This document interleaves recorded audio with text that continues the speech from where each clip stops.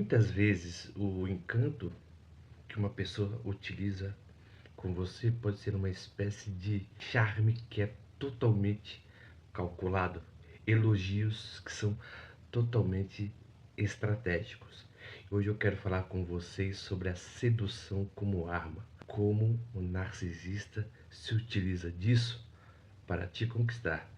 Se quiser saber sobre o tema de hoje, fique conosco após a vinheta.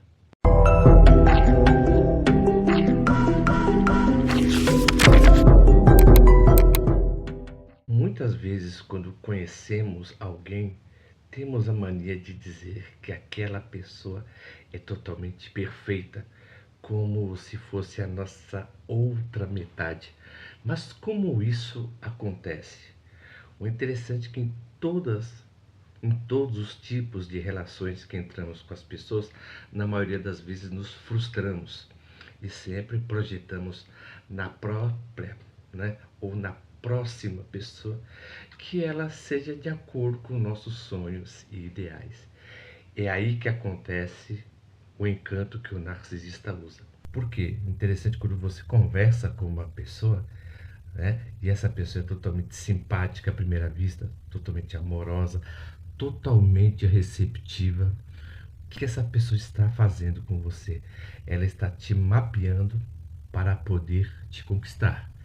Então, você vai achar essa pessoa muito amorosa, carinhosa, atenciosa, deixa você falar e você fica, na maioria das vezes, embasbacado, né, com a atenção que essa pessoa dá.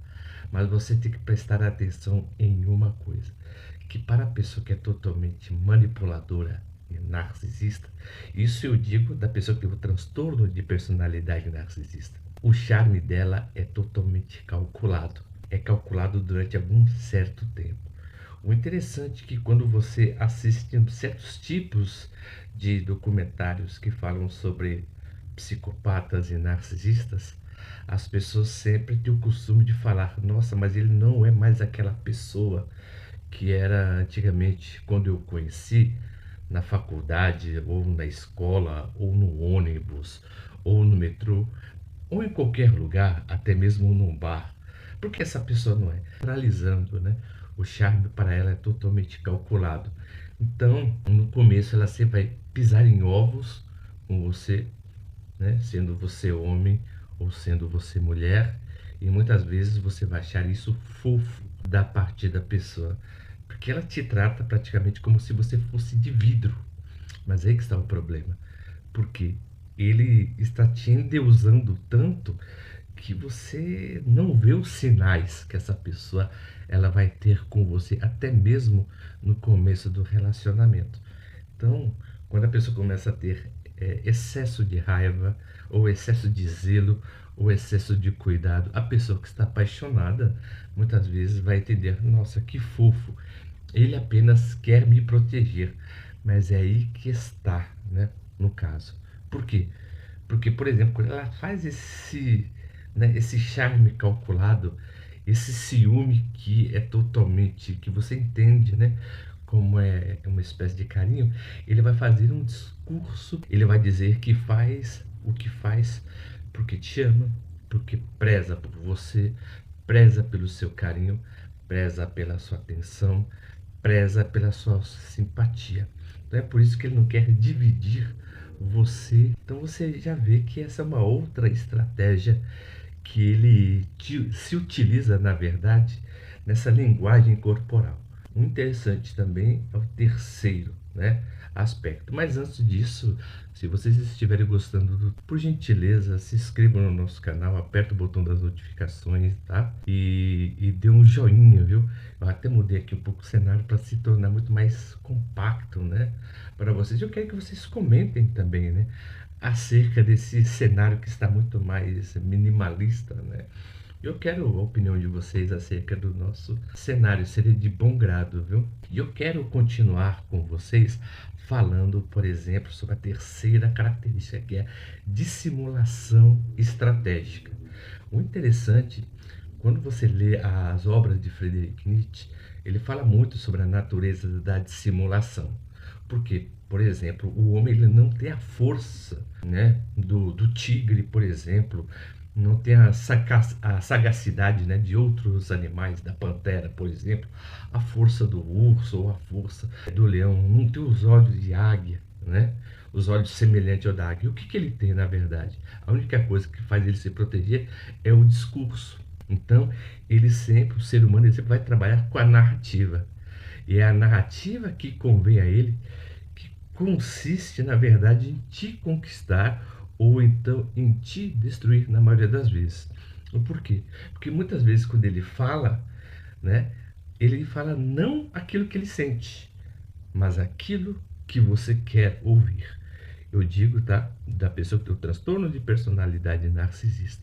O porquê? Por exemplo, você está tão embasbacado com essa pessoa que ela é tão gentil, tão amorosa, né? Tão entregue, e ele sempre vai falar coisas que está de acordo com a sua carência emocional. Então é por isso que você vai acreditar que aquela pessoa foi feita para você, porque você está cega, tá? Pelos sentimentos que você sente acerca da pessoa. Você não está vendo ela realmente, por mais que ela dê sinais. Então você está vendo a projeção que você tem sobre ela. Porque, por exemplo, os desejos são os mesmos, os sonhos são os mesmos, tá? O projeto de vida também são o mesmo. Então, na maioria das vezes, você se perde acerca disso. O interessante é que depois de 10 anos de casamento, ou 5 anos de namorado, quando termina, você fala, puxa, como eu fui. Na verdade, você releva esses sinais que ela dá para você. Então, você pode, muitas vezes, terceirizar, que é um problema que ela está tendo no trabalho, na escola, na universidade, ou em qualquer lugar. Então, qualquer ato que ele faz contra você, você sempre vai achar, né, justificável. Então, sempre tem essa espécie da síndrome de Estocolmo, né? Que quando você já se torna dependente do manipulador e do narcisista, você vai amá-lo porque ele é a única pessoa que tem para você. Então sempre você vai justificar todos os atos, tá, que ele faz. O interessante também é que ele sempre vai trabalhar com uma exibição seletiva de vulnerabilidades. O que significa isso? Essa vulnerabilidade dele sempre vai estar de acordo com as próprias tendências dele e não acerca a sua, né?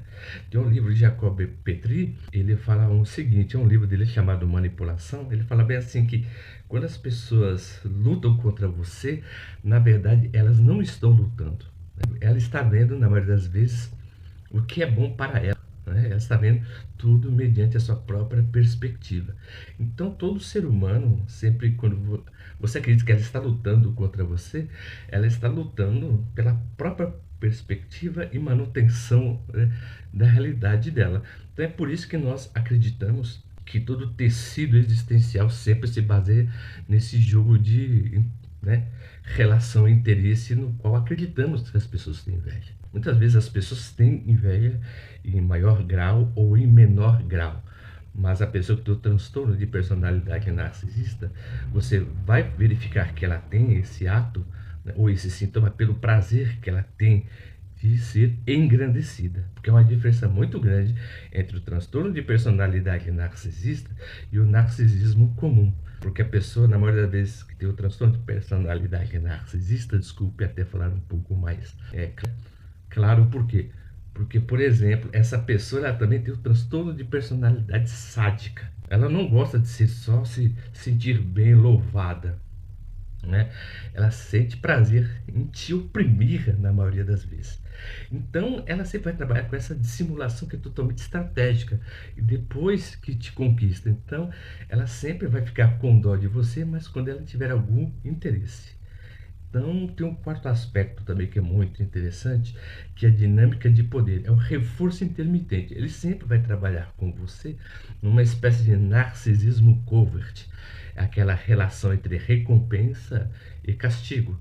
Ele sempre vai procurar você quando tiver certos interesses, mas por mínimas coisas, por coisas bobas, relativo ao cotidiano, ele sempre vai te castigar. Ele é sempre uma questão de poder, tá? Então, esse processo que ele faz de sedução, né, ele se chama de aesteses. O que é isso?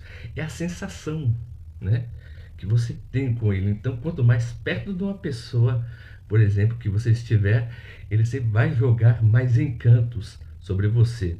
Quanto mais longe que você estiver dele, né, ele vai te idealizar, mas tudo para ele é uma espécie de jogo. Ele não tem a sensação que você tem por ele. A sensação que você tem por ele pode ser de carinho, de interesse, de cumplicidade. Mas o narcisista, a sensação que ele tem por você é meramente, tá, sobre controle. Mas quais são os sinais de alerta? Por exemplo, quando a pessoa tem pressa para criar intimidade. Eu lembro uma vez que eu estava num aplicativo de relacionamento, eu conheci uma moça, né? E eu namorei praticamente 9 anos e depois eu fiquei 1 ano e meio sozinho, 2 anos.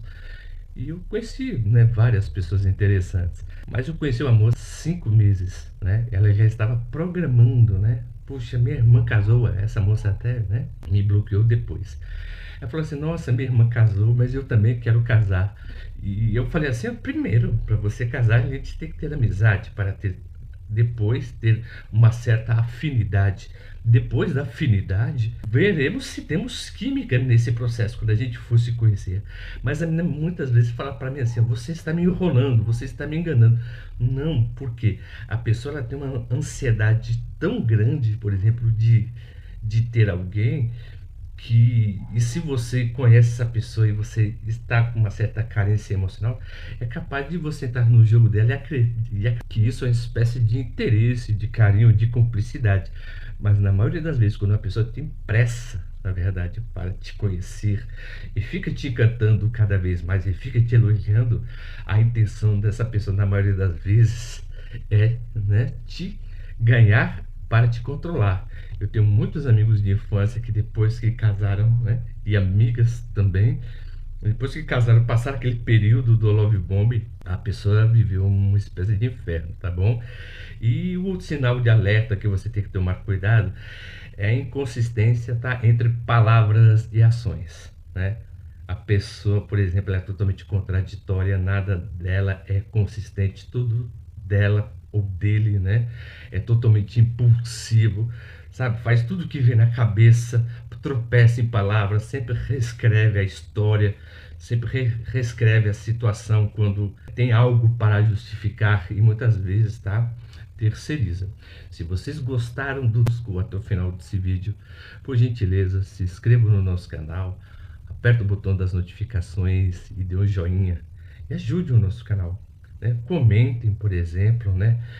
Divulguem o nosso pequeno trabalho. Eu vejo muitas pessoas que veem os nossos vídeos, mas não dão like, né? Então, por gentileza, eu conto com a ajuda de vocês, tá bom? Para que vocês possam ajudar nesse pequeno trabalho. Então, sempre eu faço todos os vídeos, tá? Toda segunda, quarta e sexta, às 20 horas. E como sempre, eu agradeço mais uma vez o carinho e a atenção de todos. E até o próximo vídeo.